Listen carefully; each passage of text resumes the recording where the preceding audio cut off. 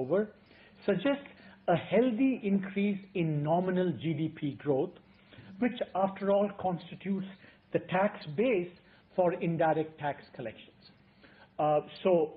In short, this is a number, as you know, these tax collection numbers are an indicator that I and the Ministry of Finance monitor very closely.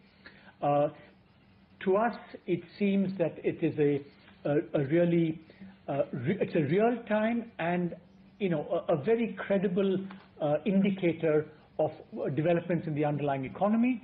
So we're encouraged that for the first 4 months, there's been a healthy growth, which reflects correspondingly a healthy growth in the underlying tax base, which is nominal GDP growth.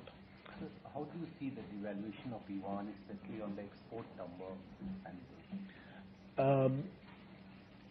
I'm just going to answer one question on the Yuan. That's the only question I'm going to answer. I think that, what China has done is two things.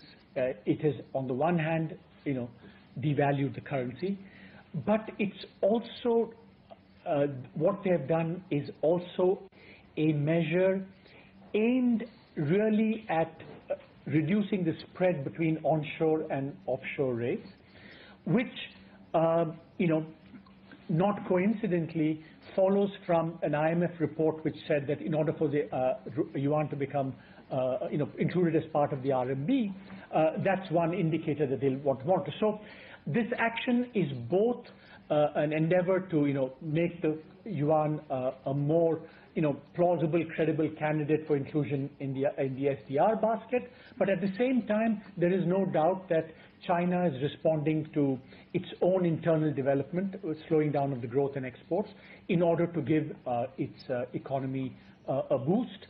And all of us, policymakers around the world, including in India, have to take notice of these actions.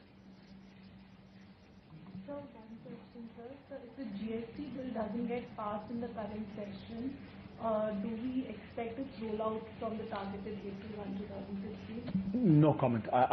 That's not something that I'm, comfortable answering. So this is already on your question, as you're also, doing the R&R work at the moment of panel. When can we expect some clarity on that?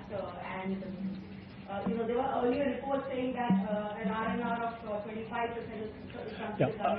Again, these are very premature questions. Once the committee is doing its work, when it comes to a conclusion, at the appropriate time, all this will be made public. So just I think. Yeah, this is on the seat. If you can ask questions relating to today's briefing, that would be better. That would be great. Yeah. Just to follow up on Yuan, what will the impact on India, and do you see RBI taking any action? No, this again, I will not answer these questions.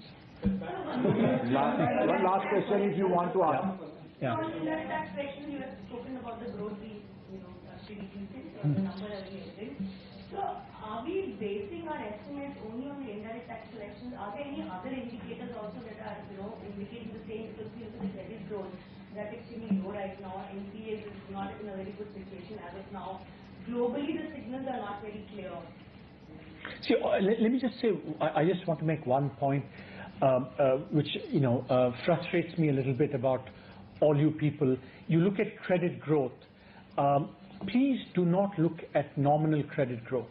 At a time when the wholesale price index has been in negative territory for 8 months, if you do some reasonable estimate of real credit growth, which I have done, the calculation is that real credit growth has actually started picking up. Real credit growth has started increasing after declining for several quarters. And within that, there is a sharp divergence between real credit growth to the personal sector, consumption loans, which is doing surprisingly well, and it's really credit growth to industry that remains relatively weak. So in its latest policy, the RBI has said that that inflation has surprised on the upside. What are your views there? I mean, any particular? No views. Last question. Deepika, last question. So you said policymakers need to take notice of Chinese news. So, what are you really implying? Do you need to take some measures? What kind of measures? No, I've said enough about the Chinese thing. One last question on. Do you see any kind of impact, adverse impact on Indian exports, given I've said enough about the Chinese yuan. You think high interest rates are hurting India? Thank you. I think we should stop now. I need to also tweet these the collection. So briefing is over. Yeah.